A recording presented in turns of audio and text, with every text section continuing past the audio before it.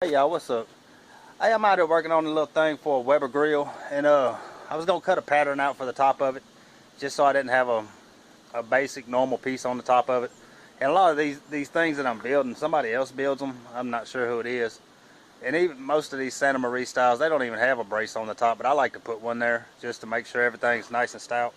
But anyway, I'm gonna cut this pattern thing out, and then when I get done, when I finish it up, I'm gonna try to give you some tips on what I did to cut it out, and how I would go about cutting small things like that. Tight spots can be a problem when you're trying to cut. You don't have plasma. Plasma is not as popular as it seems. It is, people love it, but not as many people have plasma as what it seems. A lot of people still don't have plasma cutters, especially CNC plasma cutters. Most people don't. And so I'm gonna try to give a few tips on how I cut this stuff out, and with a torch and a die grinder, angle grinder, and a drill, different stuff, hand files. So anyway, this is what we're gonna cut. And like I say, I'm gonna cut that thing out and then come back and try to give you some tips on how I done it. So I'm gonna go ahead and get started on it.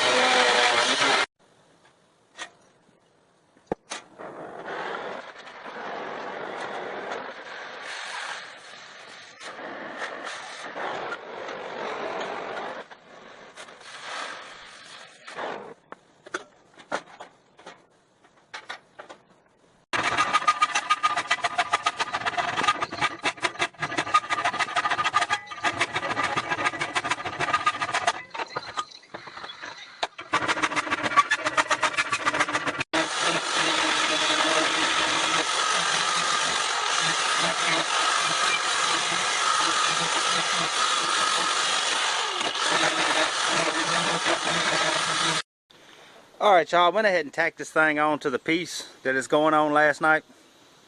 And I was going to show that too, but I ran out of memory and I had to clean all that stuff up today. But anyway, when you're wanting to cut something like this out of steel, I mean, you got to always think of your options. This is only 10 gauge plate, and anybody that cuts a lot of 10 gauge plate with a torch is going to know that it's going to warp bad. It's going to warp. The more heat you put to it, the more it's going to warp.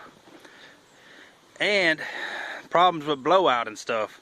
So the best tips I can give you is think about the tools that you have that will cut metal when you get ready to do something like this. Try to think out what you can do with what. And as you've seen in the video, if you could tell, starting with the star, I cut the straight edges with a cutoff wheel on a die grinder. A die grinder is a good tool to have. And then I came back and cut the round edges with the torch. And the reason I cut these first, you always want to cut those first. That way you have a cut edge to blow in on your with your torch. That way you don't have to sit there and heat that solid piece of plate. You already got an edge. It's a lot quicker to come in on an edge than it is to have to blow through the piece of plate, and a lot less messy. So that gives you a little less cleanup. So then when I came back, I did the outside edges with the grinder, with the cutoff wheel, and that was just to stop some of the warpage. Because like I say, with the torch, the more heat you put to it, the more it's going to warp. The insides, again, I did that with a grinder on the straight edges, cutoff wheel, for less cleanup. By the time I would have got down to this corner, I probably would have had a mess right there with it being such a thin plate. Thicker plate, I could have got it, you know, but with a 10 gauge, 11 gauge, it's kind of hard to get a good point on it. I did the rounded edge again with the torch, and then came back and cleaned it all up. The part where looked like I was shaking the thing to death with that file, I was cleaning that with a file. Hand files are going to be your friends on this type of stuff. You're going to have to get in there with hand files to clean stuff up, because a thin plate like that, you're not going to get a perfect cut on it. It's going to have slag in it. It's going to have, especially around the corners, the edges like that, you're going to have to get in there with a file and clean it up. I mean, so having good files is a good thing to do.